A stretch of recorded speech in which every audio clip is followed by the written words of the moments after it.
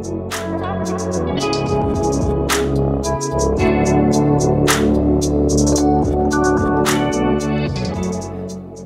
everybody, it's Robert Ohotto, and welcome to Your Intuitive Edge, episode 13, The Power of Intuitive Boundaries. I'm super excited to be with you tonight. Thank you for signing up and checking this out. So welcome to The Power of Intuitive Boundaries. Let's just start for a few minutes here with some breathing together. Let's breathe together. Let's ground together for just a few moments. So let's get all our energy settled and kind of in sync here. Close your eyes for just a few moments and begin by taking just a few deep breaths.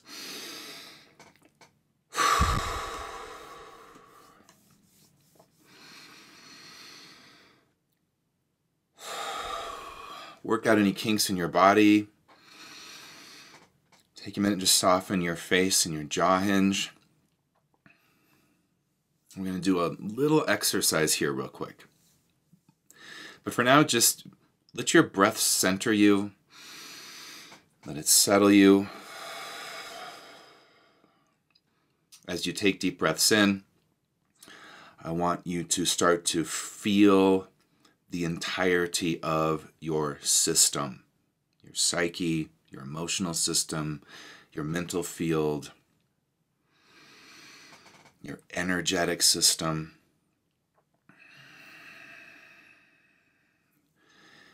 your spiritual system, all these systems, your body, everything that interrelates to each other. Just take a minute and absorb with awareness the enormity of how complex you are. So many different systems going on.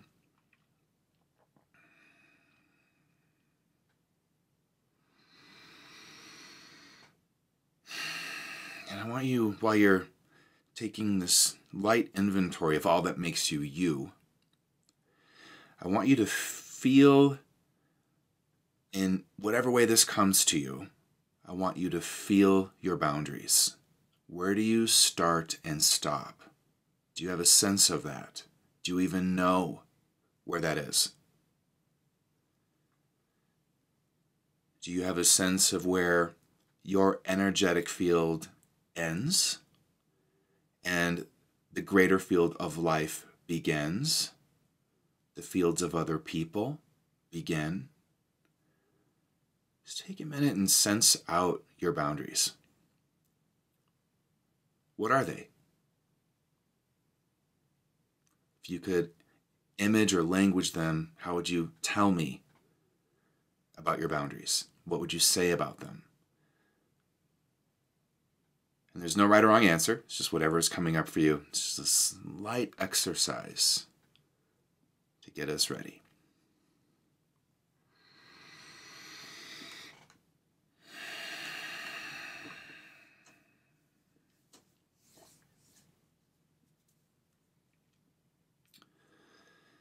So with that more visceral, intuitive sense of yourself, let's enter this classroom together.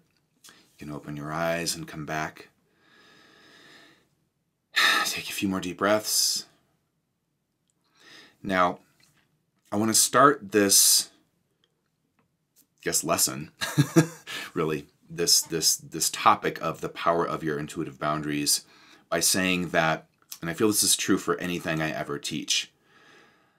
I think having worked for 15 years solid full-time as an intuitive, what I began to do in terms of how I transitioned that work into teaching is I began to realize that everything I ever do, whether it's this or a full robust class or something with astrology, everything I do is me guiding you to do a reading on yourself. So what we're going to do in this episode, The Power of Intuitive Boundaries, and I'm going to call it level 1, just so you understand we're working from ground zero here. This is a ground zero teaching. But what it really is also, it's a guided mini, M-I-N-I, intuitive reading on your boundary system. I'm going to guide you in this first primary level to read your own boundary system intuitively. Now, that's going to be done through me offering insights as I teach you insights, but I'm also going to be asking questions as we progress bit by bit through this next, what will probably be about an hour. I'm going to ask you questions, and these questions are their intention, and the way I organize them and have strategized them is to zing and ping your own intuition. Once again, I'm guiding you to read yourself. Now, I found this to be the most effective way to teach because all of you have different soul contracts, different dynamics with boundaries, and my best medicine for you is going to be to come up with a backbone that we can work from together, in which I will bring questions, let's say rib by rib, vertebra by vertebra, that will constitute the whole spine of your boundary system eventually, or at least begin a journey through that. And then you will have to take these questions and these insights, and you'll have to do some inner work, some inner intuitive work. So I want to lay that down first as a way to frame my intention with what we're doing here. And to also say that I could never cover in the complexity of what makes your boundary system what it is, everything in an hour. There will be an opportunity for you to go further with me that I'll talk about later at the very end. But I just want to offer that we're going to start from, let's just sort of image it this way. We're starting from the base of your spine. If I'm going to talk about boundaries being giving you a spine, well, we're starting at the base ground level. Of course, it's where we should start, naturally. Now, let me share with you why, because here's the deal. There's so many things I could teach about. I am like a walking university. Plug me into whatever subject and I could teach a course on it probably. And so when I look at what I want to teach about, what I feel called to teach about, I really look to you. I look to, what are you going through? What are your challenges right now? What are some of the bigger challenges everybody's facing that I can bring medicine to, that I can bring insight to, guidance to? And that said, I realized probably about a year ago that I needed to do something about boundaries because we are in this convergence of evolutionary forces right now. I'm going to map those out a little bit for you. But these evolutionary forces are pressuring us to apprentice and master and begin this journey of understanding our boundary system from new eyes. Now, many of you have, I'm sure, read books about boundaries, maybe have gone to therapy on how to edify and create and edify boundaries for yourself with your family members, with people in your life, maybe your significant other, your children, etc., your coworkers, your boss.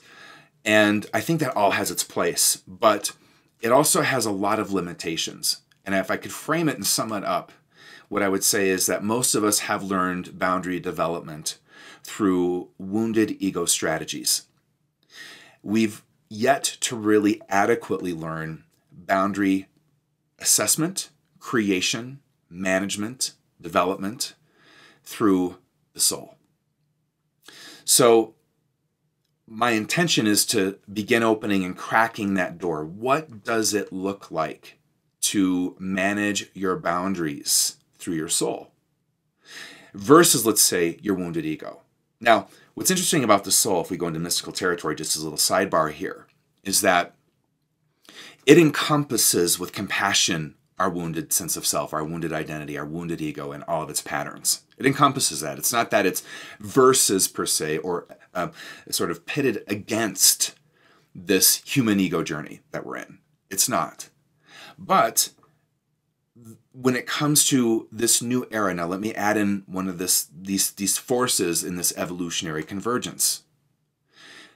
This reality that you are becoming increasingly so a multisensory, energetically grounded being. You are waking up to your energetic senses. Boundary management through just the 5 senses alone is something that's a task to begin mastering. Just managing your physical safety, just managing what smells are in the room, just managing, the food you eat, the company you keep, who gets into your space. This is all five sensory on some level. Let alone to go to the psychic senses, your psychic field, your psychic nervous system. But what's true is we're in a space now where these are part of our conscious reality. It is for me. The work I've done for the past 15 years has been about using psychic senses to guide people. And now let's add in another converging force. We're in a new age. We are in the information age, the social media age, which are both connected to the internet age.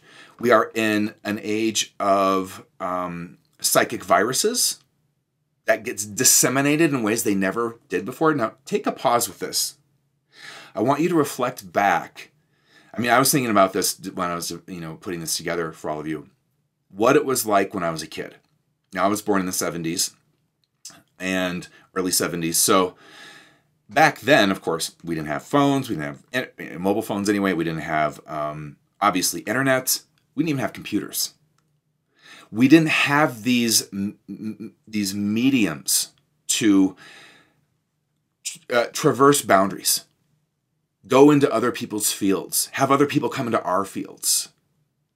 If you wanted to, quote unquote, get off the grid in the early 70s, you totally could. You could go camp out somewhere and no one would know where you were. And they wouldn't be able to find you. Now you have a digital fingerprint that everybody can find you through. Everybody. At any time. Google finds you through it. Facebook finds you through it. I found you through it to get you to come here.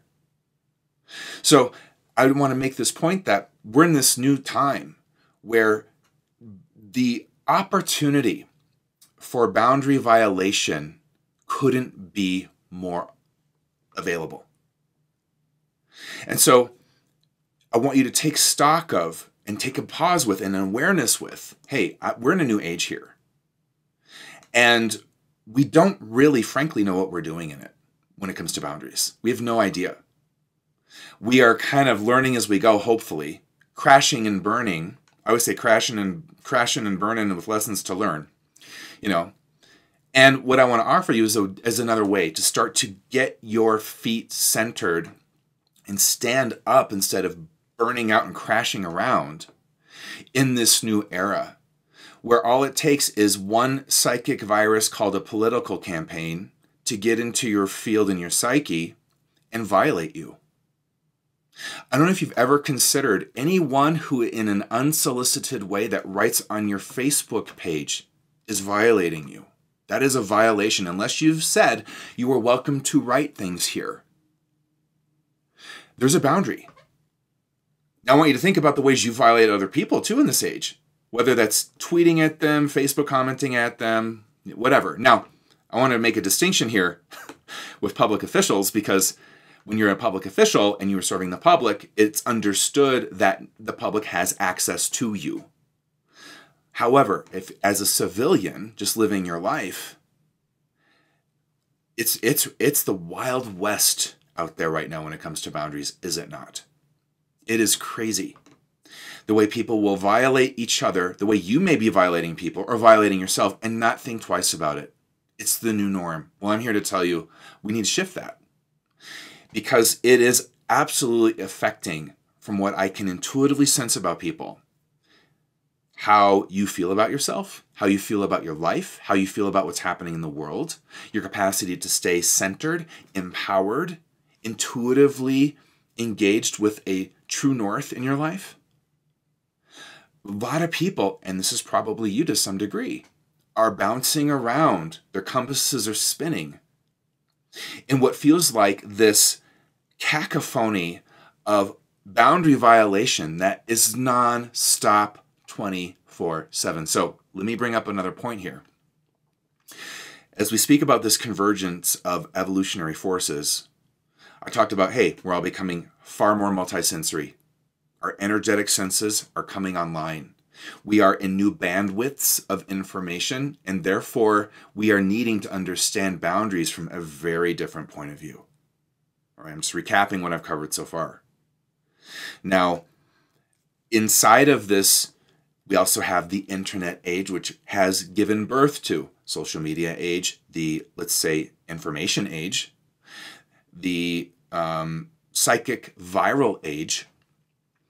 And in all of this, this is the next convergence. This is a new era of reckless options for you when it comes to boundaries. It's a new era for that. What do I mean? When you start to take in too much information that your psyche and your psychic nervous system and your energetic senses cannot metabolize, you are not holding a good boundary. So the information age offers a lot of reckless options. How many of you just sort of mindlessly scroll through Instagram or Facebook or whatever it is, not realizing you are violating your own limits? Now I'm going to define the word boundary here because I think it's something we got to define before I go further. What even is a boundary? What is a boundary? I would say that a boundary is something that indicates bounds or limits. It's a limiting boundary line. A boundary is a threshold, a limit of a subject or sphere of activity. So when I speak of your boundaries, so we're all on the same page, I'm speaking of also your personal set of limits, of which we all have. None of us are unlimited beings in this human journey. Contrary to a lot of the spiritual hype you're going to hear about being unlimited, I think you're far better served by going, you know, actually I do have what? Limits. I do have what? Personal boundaries. That is not to be shamed. As we're going to discover together, a lot of you have such a warped concept around boundaries because that's what we were all taught. And just because you enter into maybe a more spiritual life, a spiritually mindful life, does not exclude you from being taught from various sources in that field a very poor boundary system. Because what happens in any subculture, whether that's a spiritual subculture or whatever, is they tend to import unconsciously the same ideas and standards of the greater culture. So I've seen many people in spiritual circles recklessly be with their boundaries, recklessly violate others and themselves, and be taught that by the spiritual teacher up on the stage. So boundary can mean, hey, this is my limit. This is my personal limit of power. This is my personal limit of compassion. This is my personal limit of energy. This is my personal limit of resources. Now, reflect back to what you imaged at the beginning about your boundaries. Did you actually go, ooh, you know what my boundaries are? They're my limits. And if we say the word limit, a lot of times the next thing coming through the door is shame, feeling bad about having limits. And I'm going to get to the why of that in a bit here. But I want to ground you in the grit. And the grit is this. You've got boundaries, whether you're even aware of them or not.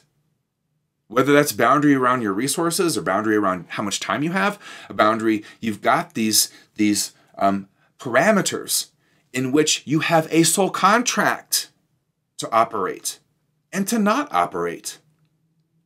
Can that be okay with you? First question for reflection here. Can that be okay? Do you shame yourself for that? Do you think you got to push past the limit? Do you honor the limit? Do you use the limit as intuitive guidance? Hey, I'm going out of bounds here. Not good. I'm going out of my soul contract here. Not good. Okay, so ping that around. Ping that around. Now, that's what a boundary can be. It can be something that indicates bounds or limits. It can also be something that you are consciously wanting to lay down as a protection, as a barrier. It can be something that, yes, can be the limit of what you can do, leaving your own sphere of power, resources, etc. But can also be, hey, this is the limit of what I will allow in to me, into my field. So boundaries operate in that duality. And we're going to talk about the boundaries that reflect to the management of in here versus the management of out there. And both matter. Both matter. In fact, I want to leave you in this, the management out here and the management in here, just with that idea at least. Now, what is a violation of boundaries for you? This is the next question for reflection. What is a violation of boundaries for you? Now, I want you to hang on to that question. I'm going to revert back to this convergence I was speaking about earlier in our evolution and why this topic of boundaries couldn't be more relevant. Not only is this a new era of reckless options, so you've got information age, you've got social media options of how to recklessly be with your boundaries. We all know that too well. You've also got a recklessness with political tribalism now. That equals boundary violations. That opens us up to reckless options. We've also got dating and hookup apps that open us all up to, if you're single and ready to mingle, that open us up to violations here, recklessly. People getting in our field, getting in our life, getting in our system, getting in, in ways that may not be nourishing or helpful. So we've got that option. That's also part of the recklessness. Now we also have videos and websites. You could go to YouTube and decide you're just going to watch a bunch of videos that violate you in your sensibilities and your values, that show gratuitous violence or show really dark things. So there's another reckless option. Or websites. You can get involved in websites as people do these days. That could be propaganda or could be, scamming you or infecting you with a psychic virus. Side note, what's a psychic virus? It's an idea, it's a belief, it's a thought form that is engineered to get into your ways of thinking, believing, and feeling about yourself and replicate itself to such a degree that it actually takes over your psychic system, warps your reality, and begins to, if you will, infect you with a distortion that takes your will away and puts you into an allegiance of the greater viral goal that psychic virus was engineered for. And they're everywhere. Everywhere. And they're very, very, very real.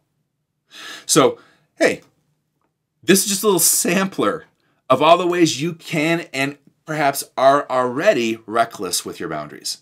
And this isn't to make anybody wrong. That's why I'm here. It's to say, well, let's have a conversation about this. I've got a way for you to be with this that's different, that's solid, that's nourishing. Because here's the deal. We do need protection. So back to what is a violation of boundaries for you. I would say that just generally a violation of boundaries means there's been a breach, there's been an infringement, there has been a transgression, there's been an action or act that breaks against you. I would say that, now I'm going to switch this definition to something, and anyone who knows my work, my gig is I go holographic here. So I want to take the idea of boundary violation and make it holographic for you. That's just a general entry into, okay, it's transgressions, it is infringements, it's breaches, it's actions taken against me in some way, or I take against someone else in some way to violate. What are you violating? What is being violated in you? Now, that question takes us into the holographic definition that I want to give you around what boundary violations even are, especially now. A boundary violation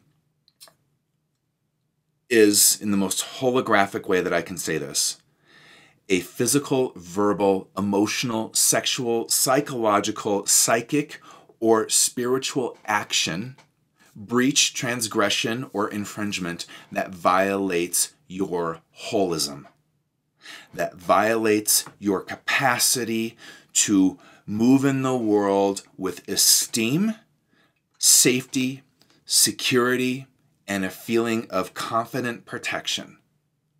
That is a boundary violation. Anything that comes at you physically, obviously, but what about verbally? What about emotionally? What about sexually? What about psychologically? What about a spiritual violation? This is where we get holographic. We go through every part of us that makes us who we are, and we realize all of it is interconnected. Part one, part two, all of it is part of our boundary system, and all of it opens us up to violation. So it makes sense for what we discuss in the culture, especially, there was the Me Too movement that really addressed what sexual harassment as a violation of boundaries. But there's so much more. And there's so much more, I think, that's so crucial for us to understand. And to understand how to best manage that. Now, anything that violates the holism of another being in any holographic way is a boundary violation to me. And I'm going to suggest you adopt that, explore that, and get curious about that for yourself for where we're going next, because I want you to start to recognize boundary violations in a holographic sense, not just in the most obvious and usual suspects of what we always tend to really go after when it comes to trying to change the culture. There's so much more here, folks. So much more. That really matters. Now, the next question I think that really is important to continue this reading we're doing together on you is the question, what do your boundaries serve? Have you ever thought of that? Like, what are you actually putting a boundary around? What does it go around? Now, I kind of just gave you a clue. Boundaries serve to protect your holism from threats. That's one way we could look at this. Now, let me break that down and thread that out a little bit more. What do I mean by your holism? Let's just start with your safety and your security. Boundaries are there to protect and keep the integrity of parts of your power, parts of your esteem, parts of your psyche, parts of your psychic field, your energetic field.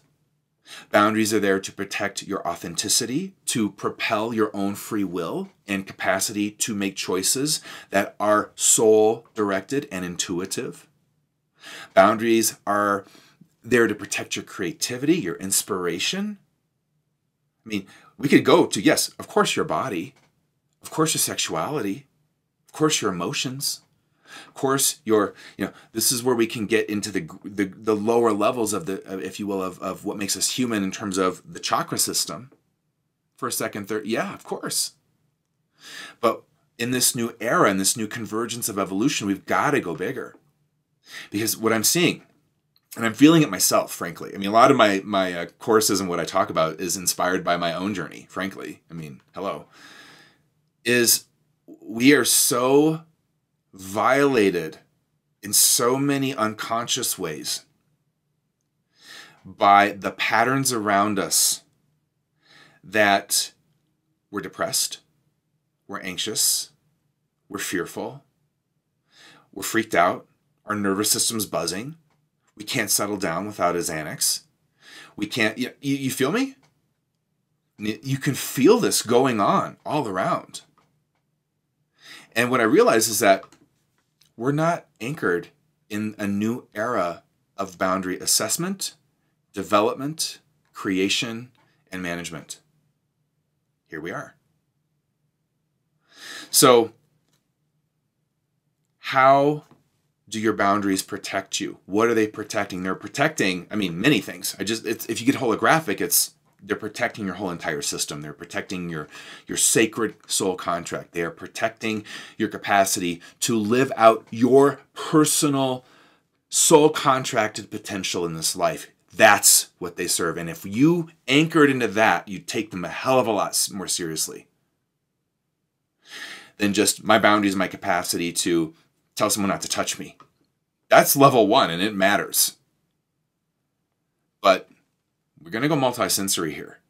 And we're going to find a new hybrided way that we're going to work with our need to survive and survival-based protection. That's very gritty ground level.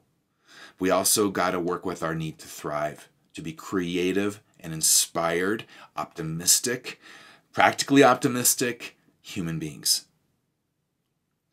So I want to just backtrack a little bit to something I touched on earlier that is part of this evolutionary convergence. And we're going to dive into some new territory. Now, I mentioned it's a new era of reckless options. I went through a whole list of that. But it's also a new era. We're in this new evolutionary era of interconnectedness, whether any of us like it or not. Flashing back to the 70s, there was a greater sense of autonomy when it came to townships and cities and states. And I think this is worldwide. I'm just going to make a generalization here, but I think it was very much worldwide because our technology let us be more separate. We weren't as fused together at that mental, informational level and psychic level as we are now. So there were different, let's say, privacies we had that we don't have anymore. We just don't have them. There are sites that aggregate your personal information now, don't you know? If someone wants to find out pretty much anything about you, they can. Your capacity to say, hey, I have a boundary called privacy barely exists now. How are you going to manage yourself now in that reality? Now, with interconnectedness comes less separation. And it's not all bad, obviously, but there's this sense of loss of boundaries we used to have. You can no longer get off the grid. Can't do it. Try it. You can't do it. Now, I got to bring in new dynamics here to continue and further this discussion of boundaries. And we're going to go into some stuff that I think is level 1. Some of it we've already, probably in our therapy sessions with our counselors and therapists covered. But we do have to talk about boundaries from this point of view of culture, society, and family. Most notably, cultural, societal, and family dynamics. How did you learn about boundaries? Who taught you about boundaries? Take a minute with that question. Who taught you what boundaries were, what healthy boundaries were, how to have them? That is a really, wow. That's a wow moment for me. Because when I think about that, I can't think of many people that taught me about boundaries at all. In terms of healthy, soul-centered, soul-mandated, and soul esteem-based boundaries. Who taught you? I bet probably very few people, if no one. Now, the point of that is to say, no wonder we don't know what we're doing. No wonder we don't know how to have boundaries. If anything, we were taught how not to have them. The best ways not to have them so that we could be valued by culture, society, and our families. In fact, not having boundaries is kind of part of tribalism. Tribalism asks, give up your individual self to merge with the tribe in its old model. So to go to the tribe and say, guess what? I just discovered I actually need personal boundaries. Oops. I got a destiny to live out in the world. Oops. Gotta say no to your request. Oops. So feel that out for a minute. Who and what first taught you about boundaries? And what exactly were you taught? What exactly were you taught? That's a big question. That's one you're going to need to spend some time in. I want to put it on the table because where we're going next is kind of through that question into new territory. I want to say something about that question, who taught you about boundaries? And I don't want to position this question as a way to villainize anybody. I think the takeaway is that, well, very few people, if perhaps no one, really taught me about clear, healthy, soul-centered boundaries, because they didn't know. They didn't know what those were. How could they? You can't teach what you don't know. So the good news, the light here, is that we're doing this, you and I. We are doing this. We are going into that question and going, you know what? Yeah, very few people taught me that, but I'm here to learn. So that you can apprentice a new way to be as an empowered, soul-centered being. You can go, look, I know what my boundaries are. And this is where intuition will come in later. I'm going to talk about what it means to intuitively manage your boundaries. So, but I just wanted to name that as important from the point of view, it's really, really powerful to consider. Like, none of us really learn that. Now, what do your boundaries serve? Well, they serve protection, and they serve keeping your holism intact from threats, right? Safety and security. Now, I have to mention there are outer and inner threats. Speaking of not villainizing anybody, sometimes the biggest violator of your boundaries is you. And there is a very clear reason why that happens. And it's probably something you have maybe not considered before. How are your boundaries managed? Next question we're going to enter into. How do you manage your boundaries right now? Do you know what power inside of you manages your boundaries or lack thereof? What I want to do with that question is I want to walk you into the holographic anatomy of your boundary system real quick here.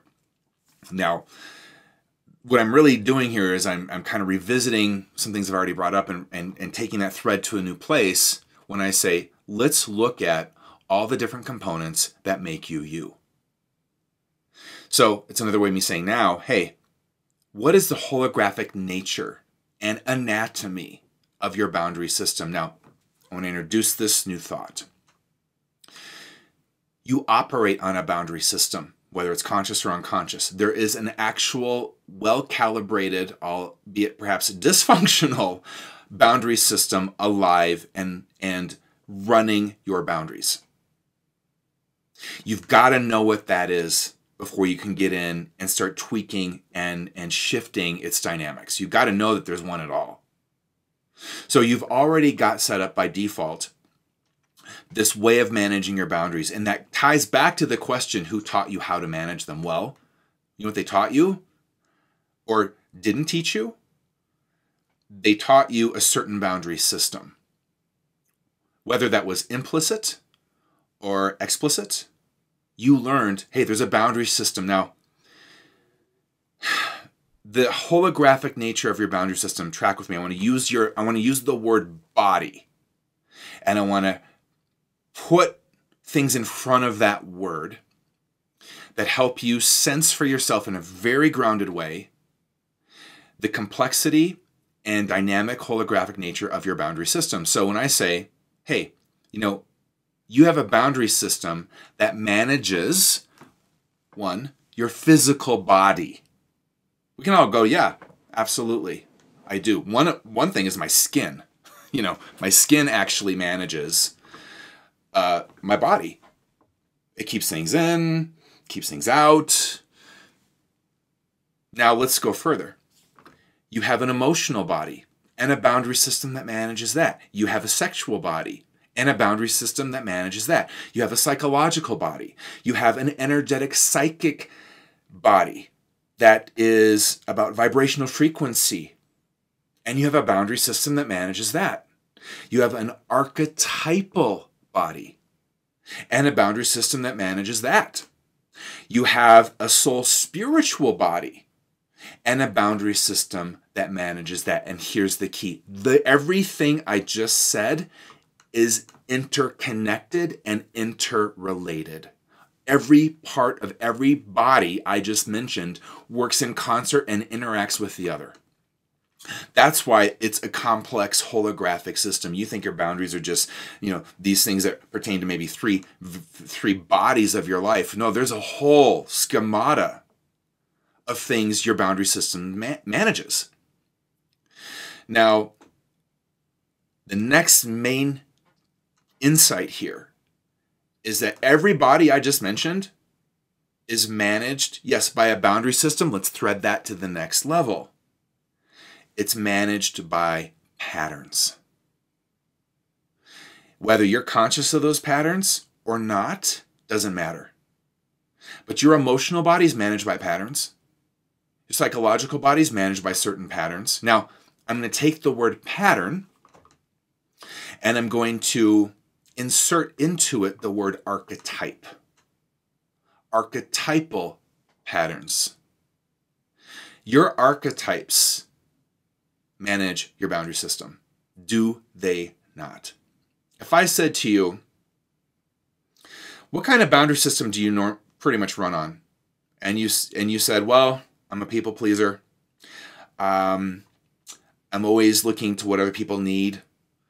I'm always chasing, some sort of validation through them being happy and liking me. I could peel back and go, okay, you know what's managing you? The codependent. You've got a codependent boundary system. Now, if I said to you, hey, how does your addict manage your boundary system? Well, addicts, the only thing that's that's of use to the addict is the high, is the disincarnation from the moment, is controlling the emotional system. So let's just go to the emotional boundary system and the addict running that. Hey, I'm going to selectively feel life. I don't want to feel gritty stuff. I don't want to feel negative stuff. I don't want to feel dark stuff. I don't want to feel anything that points back to my own low worth or early experiences of trauma. So I'm going to regulate that with the addict. You guys feeling me? Now, what comes with that? Well, a whole loss of boundaries. Look at any heroin addict. How many boundaries do you think they got? They're selling their bodies half the time to get the next high. Now, you could extrapolate from that extreme example and go to yourself and go, what does my addict do? What boundaries does it have? All right, just pinging around here. We're going deeper. Now, what's really creating your boundaries? Let's reframe what I just said through that question. What's really creating your boundaries? Do you think it's your free will? It might be. But I'm going to say it's far more than your will. And the whole idea of what I'm after here is to get your will going. Okay, I want to do this consciously. I want to have a boundary system that I'm aware of. I want players in place. I want patterns in place that manage my boundaries from a center of intuitive clarity and intuitive perception and intuitive knowing. I want to intuitively manage my boundaries. Okay. Game on. Now, I have to introduce something here about what's really creating your boundaries, and we have to start at the very base level. This is level one, very base level of what I call, since I said archetypes, what I call your survival archetypes of adaptation. Just a real quick crash course here on how these work. When we're born, our subconscious mind and our lineage of psychic DNA from our family and our cultural patterns and conditioning and social patterns and family patterns and conditioning are all kind of ending up in this soup called your psyche. Now, as a child growing up, you've got one part of your psyche where your soul's kind of merging with the new infant body and nervous system as you grow into you becoming you. And then you've got this other thing, it's called human psychology going on and human ego development going on. And inside of all of that, and this is the big key, you've got an esteem system beginning to come online. So, when you are a child, your primary objective to survive, these are survival archetypal patterns.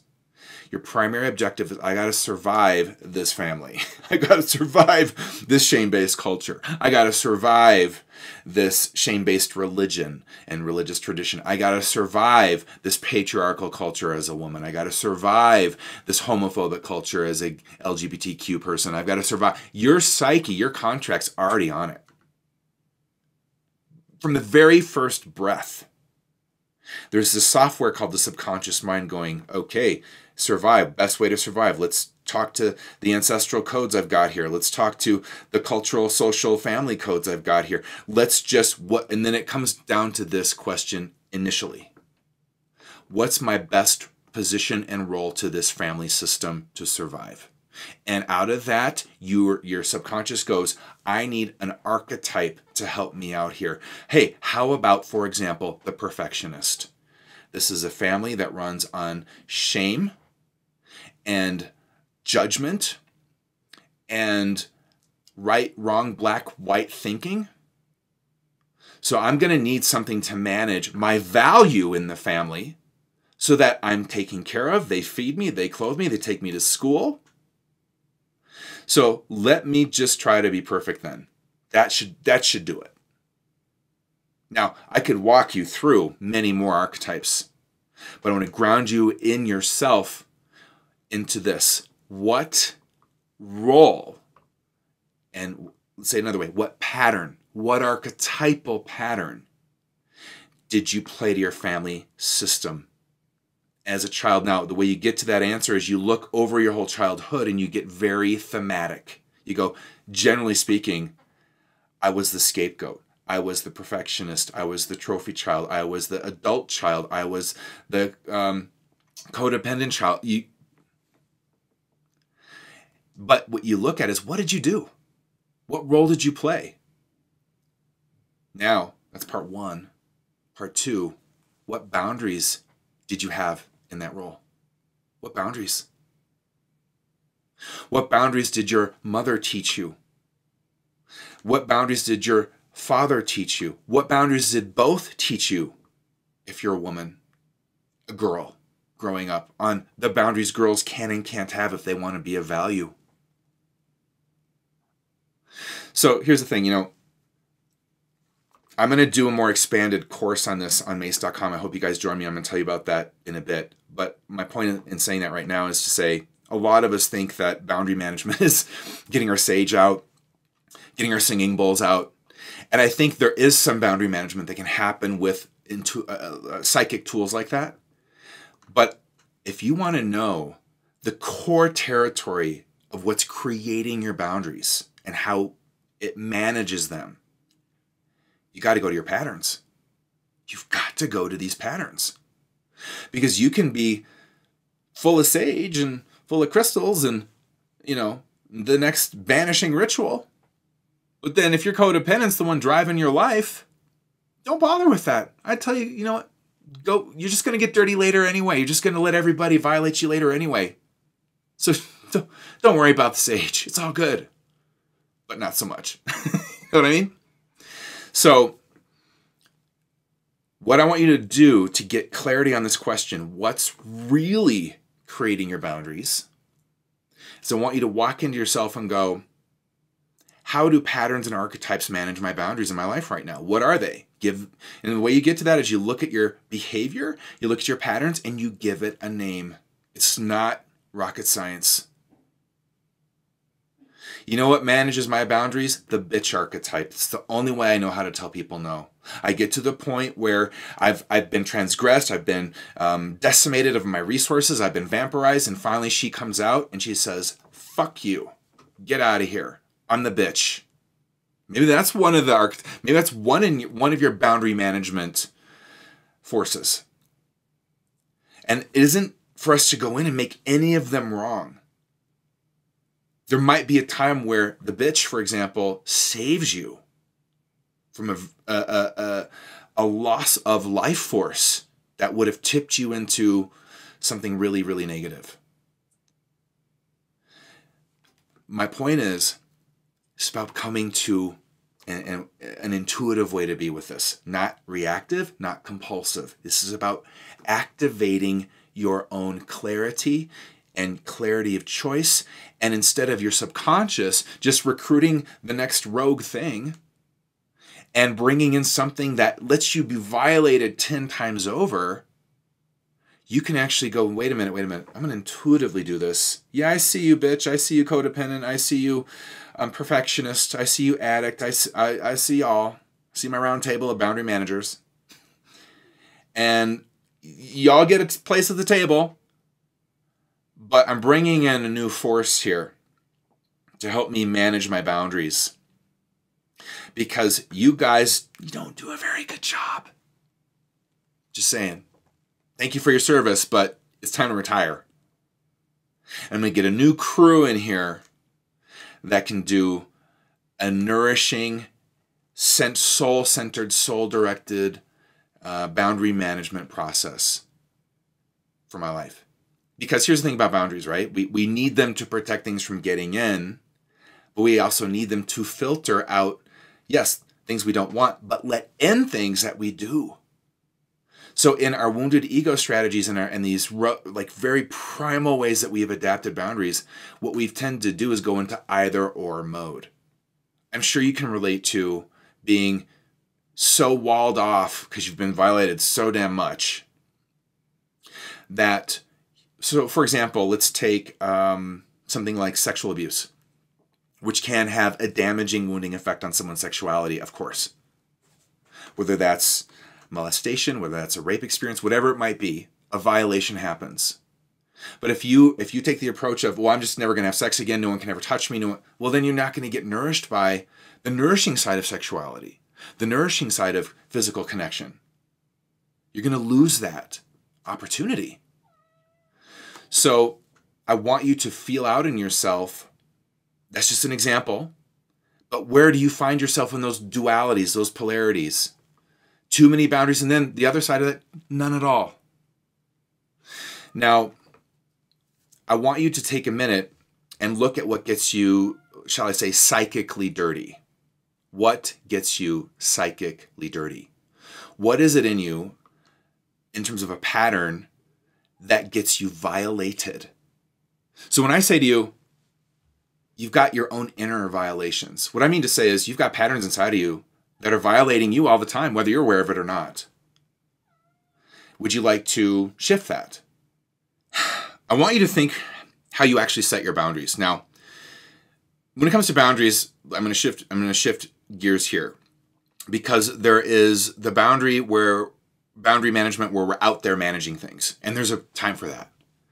If someone's threatening you with physical violence, sexual violence or assault, verbal violence or assault, you're probably going to be more out there trying to manage that.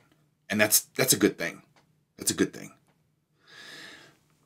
But there are oftentimes, especially in this new online era of social media commentary and etc., where we're better served just kind of managing here. I'm not going to get into this conversation on this Facebook thread because I'm just opening myself up to a lot of boundary violation. And I already know my heart. I already know what's true for me. I clearly don't have the power to convince other people of what that might be. So I think I'm going to manage things here. Now, if you do this little example with me, I want you to really physically do this. If you hold your hands out like this and you feel like, okay, this is these are my boundaries, and you're managing out there, just feel that. Feel the energy, how that feels energetically for you to be managing things in this way of boundary management. And then we're going to flip the energy. We're going to go flip it in. How does it feel to manage here? Can you feel the difference? There's a shift. This takes a lot more energy, a lot more. This kind of goes, kind of seals you up and gives you this sort of centeredness of power. Now, try both. This here can be the sweet spot in many situations in your life. This can be where the goods are. Now, I want you to think about, back to this question, what creates your boundaries and manages them for you? Is it more of an out here force for you? Is it a pattern that has you all out here? Is it a pattern that just keeps you in here? Is it a pattern that does a little bit of both? Where are you in that spectrum of what these forces in you do when they manage your boundaries? Now, we all, near as I can tell without exception, in all the readings I've done and just being human, have suffered violations of some kind of our boundaries. We all have. I don't know of anyone who has not had their holism violated. I don't know of anybody. So that said, the reality of what the human system does in terms of boundary management and development at that subconscious recruiting survival archetypal level, we want to envelop that and give it a lot of love, because it's that system, that boundary system that we first stepped into as we developed into being children and then adults, young adults, etc., that really might have been all we had and also saved us in some way. Maybe not as effectively as what I'm going to teach you, but it was all you had. And my point is to say that wounded ego survival threats, boundaries and patterns, I want you to befriend them. I don't want this to be, oh, I hate this pattern in me. It manages boundaries so crappy and I get violated all the time. It's not useful. You're going to get the conscious reins back of choice from that pattern when you actually sort of give it a hug and say, look, thanks for your service. Wasn't the best service, but thank you. I'm going to keep you here, but I'm also going to have you take a seat over here at the round table itself while I get this new crew going. Thank you. I really want you to do that. This isn't about villainizing anything inside of you. But I also want, that said, to introduce you to this reality that you can actually activate an archetypal pattern, a force in your system to replace, for example, the codependent, to replace the perfectionist, to replace the addict, to replace the adult child. You can bring one in, a mystical boundary management force. And I want to point this out to you from the point of view of, hey, if I'm saying to you, guess what? You can actually activate an archetype to manage your boundaries. You know what the real truth is? You already do. You already have. I just had you sit that one over here. So I'm not saying anything your system doesn't already do. I'm saying, hey, let's bring a mystical, intuitive directive to it and see what happens then. So that said, recapping here, your psyche recruits archetypes to manage your boundaries automatically from childhood, automatically, subconsciously. And sometimes, like I said, it comes from family lineage, it comes from social patterns, it comes from socio-cultural suggestions of boundary management. Now, do those serve your holism? Not in a shame-based culture, probably not. Now, this brings us into this question I know many of you have asked. I saw it in the questions. How and why do you violate your own boundaries then? Well, that answer is not answered with a logical mind, so don't go there. When I'm talking about the truth possibly for you, that you recruited the codependent to manage your boundaries, that's not going to make any sense to you. Like, the codependent's always going to do a crappy-ass job at boundary management. Why would you even recruit that force in you? Well, here's the key to that question, and it's huge. Huge, huge, huge. The linchpin of your boundary management system, level 1 here, is your esteem system. It is this. It is, how did you and do you get esteem? Take a minute with that. I referenced earlier that we do that first through a role to the family. So you can maybe conjure that back up. Like, what was your primary role that you played to your family? Were you the fixer? Were you the one that always fixed everyone's crap? The scapegoat, you absorbed the shadow of everybody and got blamed for everything, but it gave you a sense of value because they needed you. They needed somewhere to dump their crap. So, hey. Now, once again, that sounds crazy. That alone sounds effed up. But that's not helpful. If you're going to sit there and say, that's crazy, it's not helpful, because guess what? The subconscious doesn't work that way. You can't enter into a conscious way to work with your boundary system and intuitively direct it without understanding the core laws of the human psyche. If you do not understand the core laws of human psychology, I wouldn't point you anywhere else. So that said, the subconscious just does what it does. It recruits things. And it does it automatically. You're not thinking at 5 years old, adult child sounds good. What a wonderful way to manage boundaries and get value in the family. Now let's come back to that question. From childhood, how did you first learn to have value? Now, thread that to boundaries. And I want you to ask yourself this. Did I first learn that to have value, I couldn't have certain boundaries? Boom. Let me repeat that again, maybe a little differently, because it's so massive. As a child in a patriarchal, shame-based culture, in a religiously based and shame-based religious culture, perhaps, or family, what were you taught about having value as a person and having boundaries? Where were you taught, if you want value, you can't have those boundaries. You can't have those boundaries. We expect you to play a role to this family. And we don't care about your intuition, your true north intuitive compass, your soul's contract, your soul's directive. What we care about is that you don't bring shame to this family, that you fulfill the role that our religious tradition perhaps has said you're supposed to play, that you don't get too big for your britches as a woman in this culture. It's patriarchal, don't you know? Better go make someone happy. You better say yes all the time. Because that's how women get value in this family, culture, society. Now, I'm giving you very core examples that are very real, alive and well today, and very obvious. I want you to go to your own territory and go, damn, where did I learn that if I wanted value in my family, in my school system, wherever it was, that I couldn't have certain boundaries? And then I want you to go, okay, and what pattern did I recruit, consciously or unconsciously, most likely unconsciously, to execute that kind of boundary management?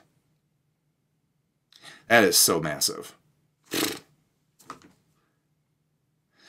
So, yeah, the esteem system that you adapted to get value in the world is managed by archetypes itself. And those archetypes also manage your boundary system. Yes, they do. Now, let's look at this from the point of view of a people pleaser. That's an archetypal pattern, being a people pleaser. Well, what does that pattern say? Well, to have value, you got to go please everybody. What does that say about boundaries? Well, to have value, you have to go past your own personal boundaries and limits of resources, energy, etc., and get out there, make everyone happy. Yeah, what about the blood donor? Now, I'm always going to forever point you back to that primary role you played in your family system, but I do want to bring this up and kind of cap off what I just said. It is really important for all of us to really consider, in a patriarchal, shame-based culture and society, what we were taught about boundaries through that particular pattern and system. And I would also add in to this, in a tribalist culture, we're in the way that ways we were taught about tribalism. You're taught, hey, to survive, you got to be, there's safety in numbers, be part of the tribe. But that's another way of me saying, you're taught, hey, there's safety in numbers, give up your own individual boundaries to be part of this group, energy, psyche, psychology, mind. And that's how you're going to survive. Boundaries we're taught this at a tribal level. Boundaries are actually not good for you if you want to survive. Here's the cool thing. So cool. We're at this axial shift, this convergence of evolutionary forces is pressing this axial shift of, guess what now? If you want to live a self-connected, soul-directed, intuitively perceptive and inspired life of service, where you are empowered, nourished adequately, then you better damn well get some new boundaries going. Because the way this world's working in its new interconnectivity and lack of privacy and everything I've mentioned, if you don't find a new mystical boundary system to manage yourself now, you're done. You're not going to get traction and inspiration when you're depressed every day from the psychic field of the news. You're not going to get traction in what your call to service is. If every day your political tribe is constantly feeding you a perception that you're supposed to take on if you want to stay loyal, when maybe your service is to be disloyal. That's your greatest service. Be disloyal to the mandates of that particular tribe. I could go on and on. So, and I will. Not tonight, but I will. Now, I want to bring the meta view of this that I haven't said yet exactly. As part of this evolutionary convergence. Folks, you know, when I began studying spirituality, if you can study spirituality, but let's just say when I began to study archetypes, mythology, of course that brought me to the doorstep of Joseph Campbell, and also Jung, but for this purpose I'm going to say Joseph Campbell. And what Joseph Campbell, in the end of his life, really was exploring in his work with the monomyth was the new myth that was coming in, the new pattern, this new age of a new archetypal pattern. And what Joseph Campbell identified, we said, you know, what the new pattern is, it's us becoming consciously one world. It is a sense of a global identity emerging. And as Carolyn Mace just said recently, about entering into a galactic spirituality from that global identity. Now, the reason why I'm bringing this up is because Joseph Campbell was absolutely accurate. In all of our fields, in all of our contracts, we have a clause. And it says, you are a custodian of a new age. This new age is an age of interconnectivity. It's a new age of being multisensory. It's a new age of esteem and empowerment. It's a new age of becoming one world. Now, I want you to take what I just said and let's look at the reality of the field we're in today worldwide and what we're seeing in it as it affects our boundaries. There is a new emerging opposition force. Well, actually, it's not even new. It's already here. And it's in office around the world. And it's called nationalism. That's a pattern. It's an archetype. And we're trying to figure out in the mass psyche, how can we be the United States, France, Germany, China, Japan, and be one world? How do we do this? So we got trade wars. We got all these things that have everything to do with boundaries. Why am I telling you this? Because you are in this field. How do you want to manage your own boundaries in this field where nationalism has become a force that's guiding us to how we as countries establish boundaries, let alone as the identities we have as people in various nations?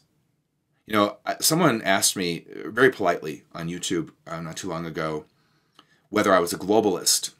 It was a very interesting question for me because I thought, you know, I'm not really a globalist from the point of view of there's going to be one world government, blah, blah, blah. I don't believe that that's what this evolution's asking.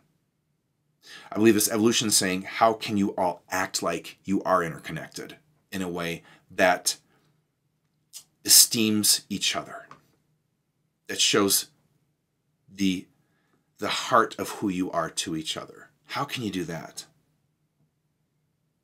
Ooh, did you just feel that zing? Feel that?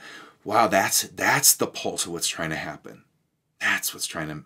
So, in your own system, you're being called. That's why you're here tonight. That's why you might meet me in Carolyn Mace's Reflections Parallel that I'm going to do.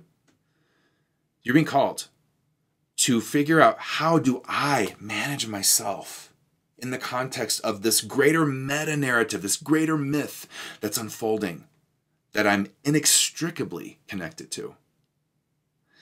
And that's just to say, listen, how do you violate yourself when it comes to your own boundaries?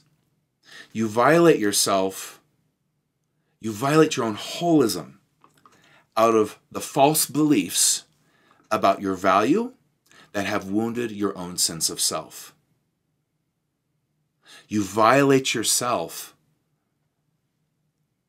really as a directive of your own particular, unique, personal esteem system and how that meets the world.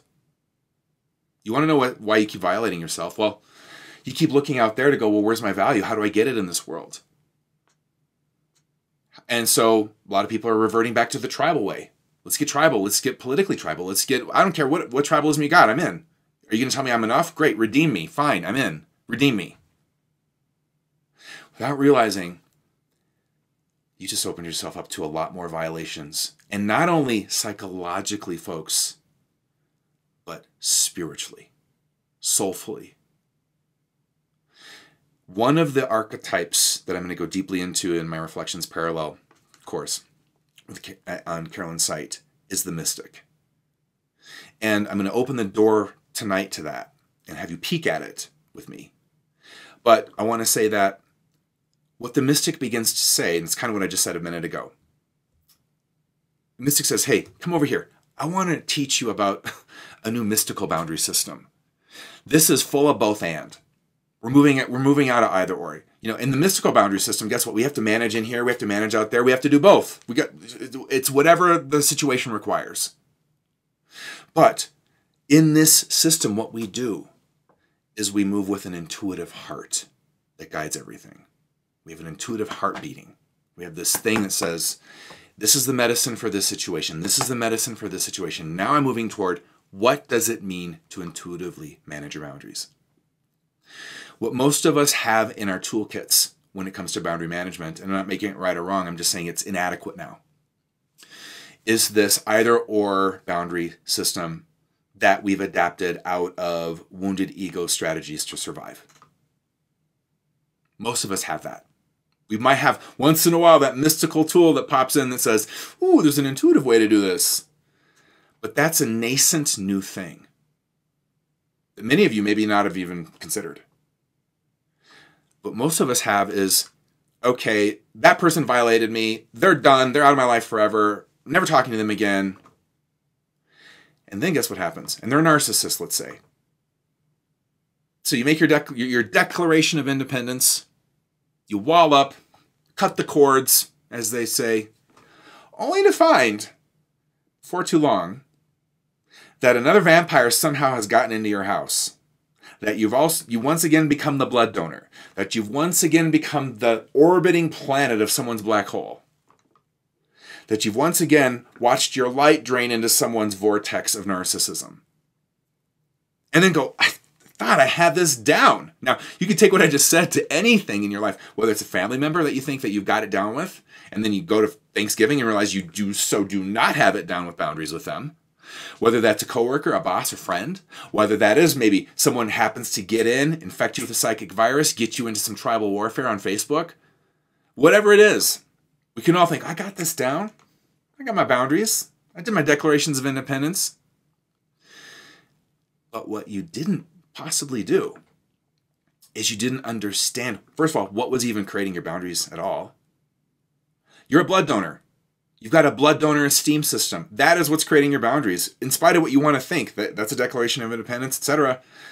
Okay, but what's still managing your boundaries is your blood donor. Do you want to actually deal with that? Do you want to have a conversation with that blood donor? Do you want to understand its origin? Do you want to understand how it was socioculturally conditioned into you as a woman?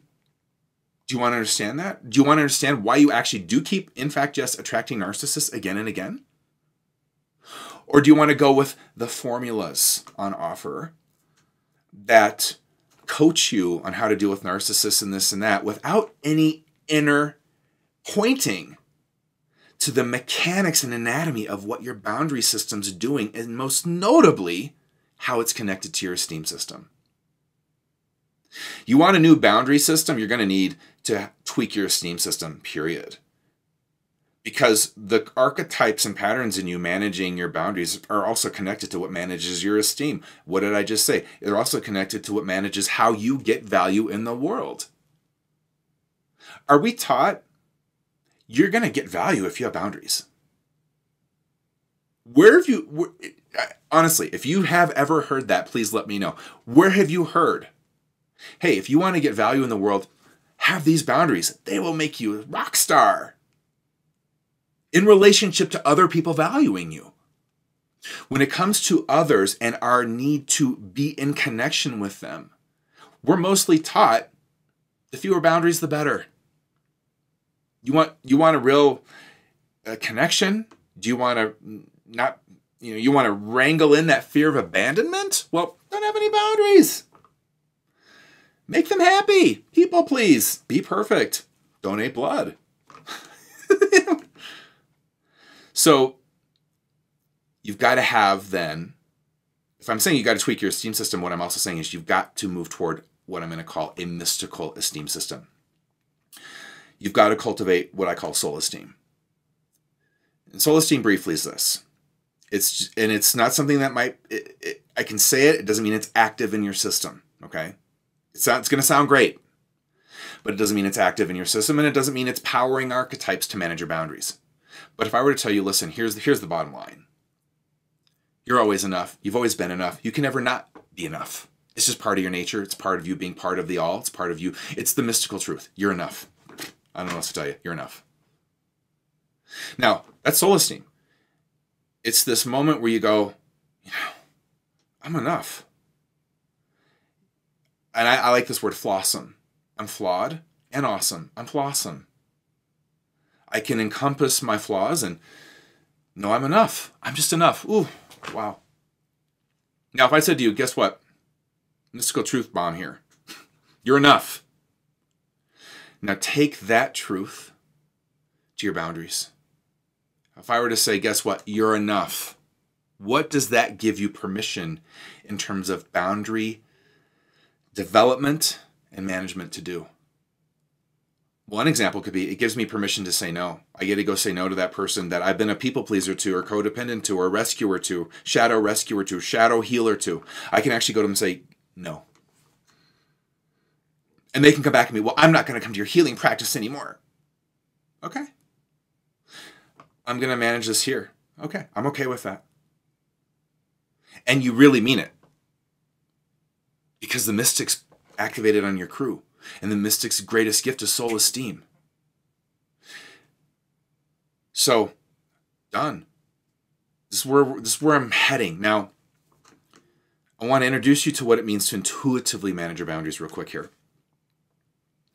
If that's soul esteem, and if that can become a center base of operation from which we can manage our boundaries, it's going to have you managing boundaries in both and. It's going to be a lot of both and also in here, out there, both and. I manage them both ways. But here's the key. How do you know which to do? The way you know is your intuition. So to intuitively manage your boundaries really means to say that you're present in the moment of your boundary needs and you're feeling the holographic nature of your boundary system and you're feeling everything about you that needs a boundary of protection of some kind. You are present. You're here. You're in your value enough on a soul esteem level to go, I'm here. I'm feeling out what I need in this moment. It might be SPF 100. It might be SPF 3. I'm going to get there, but my intuition's going to guide the SPF here. Oops, it's an SPF 2. Ooh, I got some nourishing energies around me. I need to let these walls down. I need to let the erotic juices flow. I need to let the friendship, soulmate energy in. Because I am in a space with people who can nourish me. But if I got walls, ain't happening. So, okay, SPF 2. I want a little protection. Everyone's got a little funk. But I want to let in that vitamin D. Whereas, next day, guess what? Oh, crap. This is like Chernobyl. I need SPF 100, baby. I need to keep that nuclear vibration and toxicity out of my system. I'm with some very, very toxic dynamics and people that are in these real violating archetypal stances, and they're gonna just take me. So that's what it means to be intuitive with them. You go into each situation and you read it. You read it.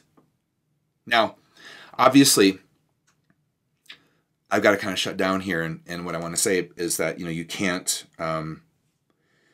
necessarily read people in a lot of depth based on just everything I've taught you so far. I've given you some great anchors, but to really read someone with clarity requires that you activate this thing I'm calling the intuitive heart. Now, I want to introduce you to this, and I also want to tell you about the course I'm doing in Reflections Parallel with Carolyn Mason. I do hope you guys take it, because I'm taking this, blowing it up even bigger. I'm going to go into energy senses and what it means to be in your intuitive heart. But what I want to do is I want to introduce you to this a little bit, and I also want to tell you about the course at the same time and open this door to the intuitive heart. Now, what the intuitive heart is, and this is the course I'm doing with Carolyn Mason, there's a link here you guys can follow if you want to join me. Just to let you know that it is $55 off for 1 week from now until next Tuesday when we begin. But what the intuitive heart is, it's this way of landing in connection and relationship with people where you actually see them and read them clearly. You can't get a very clear intuitive read on somebody in terms of the boundaries you may or may not need with them unless your heart is also on the line. Now, I'm going to walk you through the lessons and give you a little overview of what I'm doing in each one. The first lesson is going to be a lot of what we covered here and goes deeper. So I'm going to introduce you deeply to the intuitive heart, and we're going to talk about the 3 stages of healing boundary violations. There's actually stages of healing that really have to be integrated when it comes to boundary violations to make space and room for this intuitive heart coming online. I'm going to discuss in more depth the anatomy of your boundary system and also the psycho-spiritual organization of your energetic field. That's where I get to go a little deeper into some of the energetic dynamics of your multisensory nature and boundaries. And we're going to look at 4 primary factors of boundary creation and management. And that's lesson 1 next Tuesday. The following Thursday, we're going to talk about your archetypal boundary system. I'm going to look at your soul contracts, family dynamics, and boundary management. You've got soul contracts to work this stuff out. We're going to go deep into boundaries in your esteem system. We're going to look at survival archetypes of adaptation and boundary management, something I touched on tonight. And we're going to look at how do you avoid archetypal invitations to boundary violations. I'm going to go deep into the vampire, the narcissist, all these different things.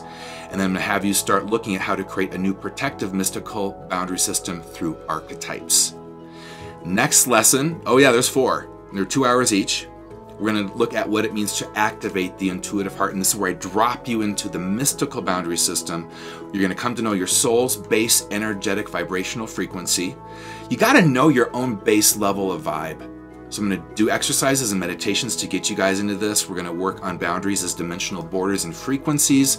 We're going to look at activating 2 essential elements of authenticity, why authenticity is such a powerful force when it comes to having boundaries. We'll look at boundary setting, intuitive compassion versus victim compassion.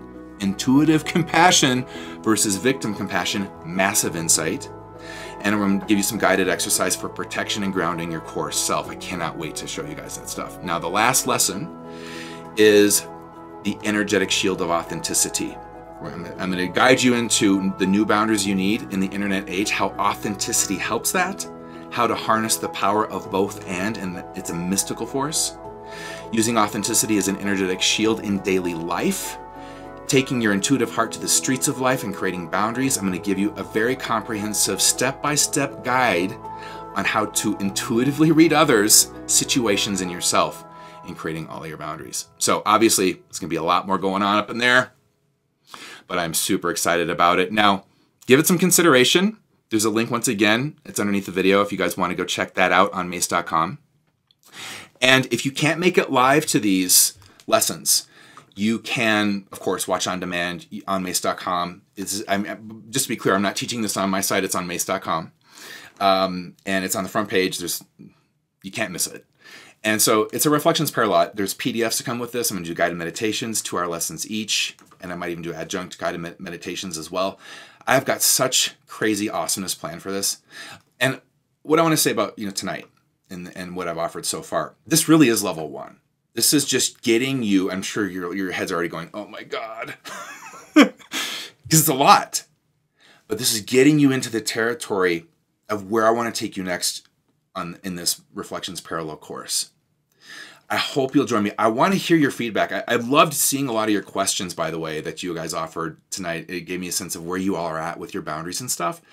And what I'll be doing with Carolyn, not with her, I'm teaching it myself, but on her site, is I'm going to be going into the archetypes in much more depth. And I'm really excited to explore everything I've just taught you, but in context to your energy field, visualizations you can actually, and rituals you can do to clear yourself, really, and protect yourself. There is that level of boundary management. So we're going to move from level 1 all the way up. Let's say, if you will, through the chakras all the way up. And it's going to be amazing. So I hope you guys have enjoyed this. This is Your Intuitive Edge, episode 13, The Power of Intuitive Boundaries. A little taste of so much more that I'm really excited to do. The next thing I'm going to do with Your Intuitive Edge is something for the Mercury retrograde in October. So keep your eyes open. Stay on my newsletter. Make sure you're in the know of that. And don't forget that the course with Carolyn, the course on mace.com is discounted $55 off only for another week. I love you guys. Thank you for showing up. Please, feedback on my Facebook page is great. Comments at ohotto.com is great. I hope this was really, really helpful for you. I really, really do. And please tell me your thoughts. Share. What was the best zinger moment for you? What was the aha you had? Where are you now? Where are you now after our time together tonight? Let me know. All right. I will see you all, hopefully next Tuesday, on mace.com. Namaste.